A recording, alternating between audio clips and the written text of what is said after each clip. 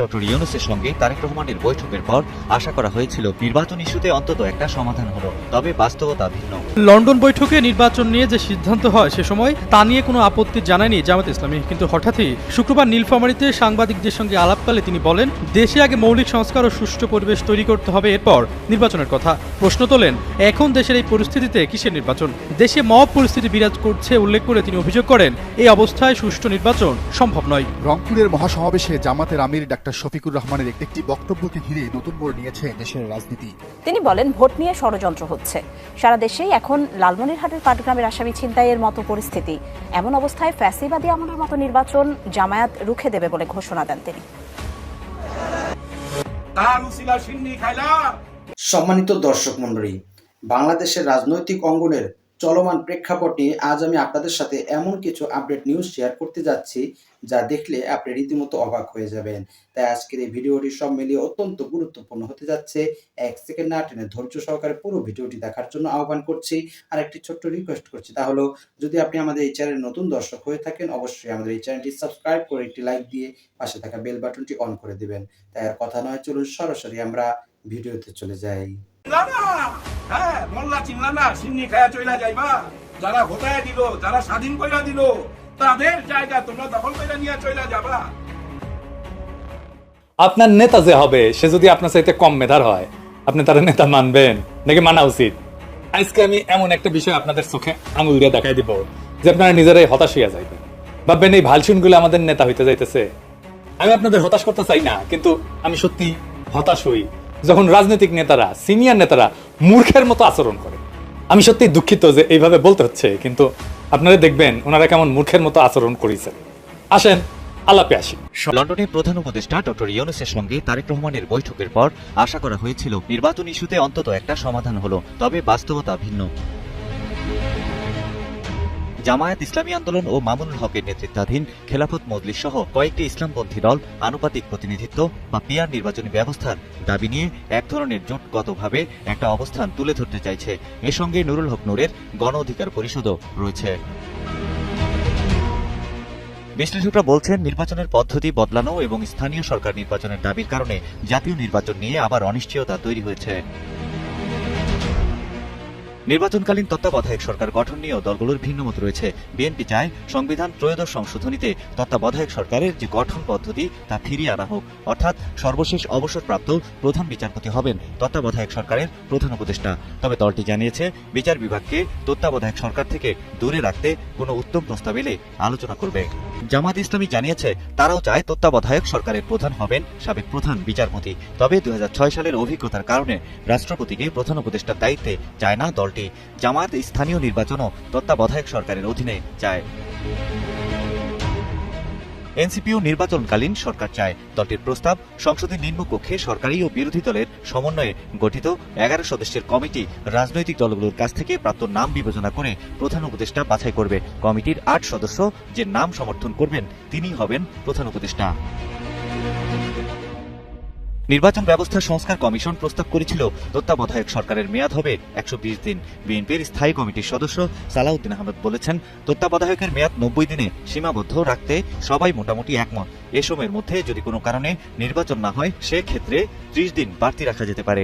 London বৈঠকে নির্বাচন নিয়ে যে সিদ্ধান্ত হয় সে সময় তা নিয়ে কোনো আপত্তি জানায়নি জামাত ইসলামী, কিন্তু হঠাৎই শুক্রবার নীলফামারীতে সাংবাদিকদের সঙ্গে আলাপকালে তিনি বলেন, দেশে আগে মৌলিক সংস্কার ও সুষ্ঠু পরিবেশ তৈরি করতে হবে, এরপর নির্বাচনের কথা। প্রশ্ন তোলেন, এখন দেশের এই পরিস্থিতিতে কিসের নির্বাচন? দেশে মব পরিস্থিতি বিরাজ করছে উল্লেখ করে তিনি অভিযোগ করেন, এই অবস্থায় সুষ্ঠু নির্বাচন সম্ভব নয়। জামাতে আমিরের এমন মন্তব্যের একদিনের মাথায় বাংলার মাটিতে বিচার সংস্কার সম্পূর্ণ না করা পর্যন্ত নির্বাচন নয় বলে কড়া বার্তা দিয়েছেন জাতীয় নাগরিক পার্টির আহ্বায়ক নাহিদ ইসলাম। এনসিপি নেতা বলেন, জুলাই আন্দোলনের বিচার দীর্ঘ প্রক্রিয়া হলেও দ্রুত সময়ের মধ্যে তা দৃশ্যমান করতে হবে। এর আগে নির্বাচন মেনে নেওয়া হবে না। 5 আগস্ট শেখ হাসিনার পতন হলে উচ্ছ্বাসে ফেটে পড়ে বিএনপির নেতাকর্মীরা। দীর্ঘ 15 বছর চাপে থাকা দলটির কর্মীরা রীতিমতো অপ্রতিরোধ হয়ে ওঠে। তবে বিএনপির ভারপ্রাপ্ত চেয়ারম্যান তারেক রহমান বারবার সতর্ক করে বলেছিলেন, আগামী নির্বাচনে হতে চলেছে বিএনপির জন্য অনেক বড় চ্যালেঞ্জ। নির্বাচনের ঠিক আগ মুহূর্তে দেশের রাজনৈতিক প্রেক্ষাপটে প্রশ্ন উঠেছে, তাহলে কি সত্যি হতে চলেছে তারেক রহমানের সেই শঙ্কা? জামাত এনসিপি একই সুরে কথা বলা ছাড়াও তুলনামূলক ছোট দলগুলো পিআর পদ্ধতিতে নির্বাচনের দাবিতে বিএনপির বিপক্ষে অবস্থান নিতে শুরু করেছে। এমন পরিস্থিতিতে নির্বাচনের তারিখ ঘোষণা নিয়ে বিএনপির মধ্যে আবারও সন্দেহ শুরু হয়েছে। তারা বলছে রাজনৈতিক অস্থিরতা তৈরির চেষ্টা চলছে শুধু নির্বাচন না দেওয়ার জন্য। হাসিনা বা আওয়ামী লীগ কি আমাদের নেতা হওয়ার যোগ্য ছিল?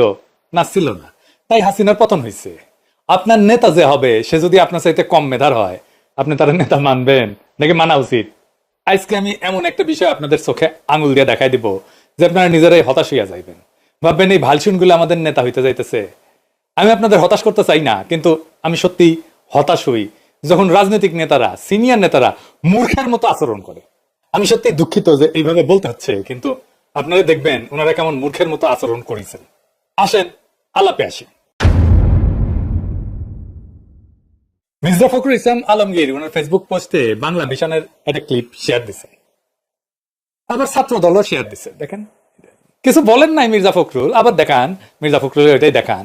কিন্তু বাংলা ভিশনের পোস্টে বলা আছে বিএনপির অনুষ্ঠানের ভাইরাল ছবির পেছনের ঘটনা জানাইলেন নাদিম নিজেই। একটা বিশাল আবিষ্কার করে ফেলছে আর কি। আচ্ছা ঠিক আছে, ভাইরাল ছবিটা কে ভাইরাল করিছে জানেন? হ্যাঁ, জানেন না? হ্যাঁ, হে অদম ভাইরাল করিছে। এই প্রসঙ্গে পরে আসিচ্ছি, আগে দেখে নি কেন ছবিটা ভাইরাল হইলো। এইটার বিষয়ে বাংলা ভিশনের সাংঘাতিক কি কয়। এই প্রোগ্রামের একটা ছবি ভাইরাল হয়েছে সামাজিক যোগাযোগ মাধ্যমে। সেখানে দেখা যাচ্ছে যে আপনি বসার জায়গা পাচ্ছেন না, আপনি আহত হয়ে দাঁড়িয়ে আছেন, পিছনে অনেক বিএনপির নেতারা বসে আছে, আপনি দাঁড়ানো অবস্থায়। এই ছবিটা এখন ভাইরাল। সম্মানিত দর্শক মণ্ডলী, যতই দিন গড়াচ্ছে রাজনৈতিক অঙ্গন ততই উত্তপ্ত হয়ে উঠছে।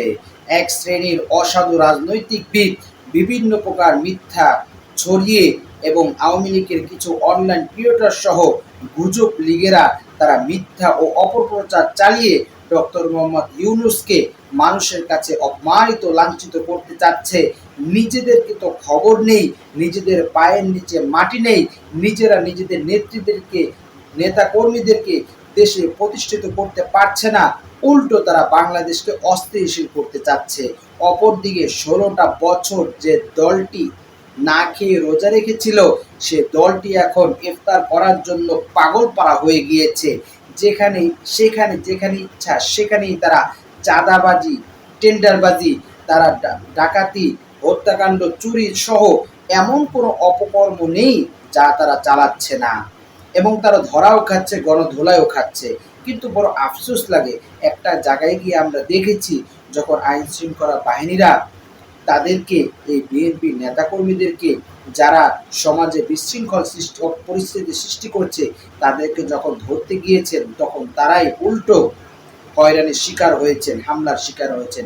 এটা খুবই দুঃখজনক, খুবই একটি হৃদয় বিদারক ঘটনা, যেখানে সমাজের পুলিশরা সমাজকে সংস্কার করার জন্য সর্বতভাবে চেষ্টা করছেন, সেখানে একটি অসাধু রাজনৈতিক দল তাদেরকে ব্যর্থ করা দেওয়ার জন্য প্রাণপণ চেষ্টা চালিয়ে যাচ্ছে। এটা সত্যি নিন্দজনক এবং ঘৃণ্য একটি কাজ। সম্মানিত দর্শক মণ্ডলী, বর্তমানে যারা বাংলাদেশে অস্থিতিশীল পরিবেশ তৈরি করতে চাচ্ছে, তাদেরকে কি আপনি আগামী নির্বাচনে ক্ষমতার আসনে দেখতে চান? এ বিষয়ে আপনার কি মতামত? অবশ্যই আপনার সেই মূল্যবান মতটি আমাদের কমেন্টস বক্সে জানিয়ে যাবেন। আর আজকের এই ভিডিওটি যদি আপনার ভালো লেগে থাকে, অবশ্যই ভিডিওটি একটি লাইক দিয়ে শেয়ার করে দিবেন। আজ এ পর্যন্ত সকলে ভালো থাকবেন, সুস্থ থাকবেন, নিরাপদ থাকবেন, এই আশা ব্যক্ত করে আজকের ভিডিও এখানেই শেষ করছি।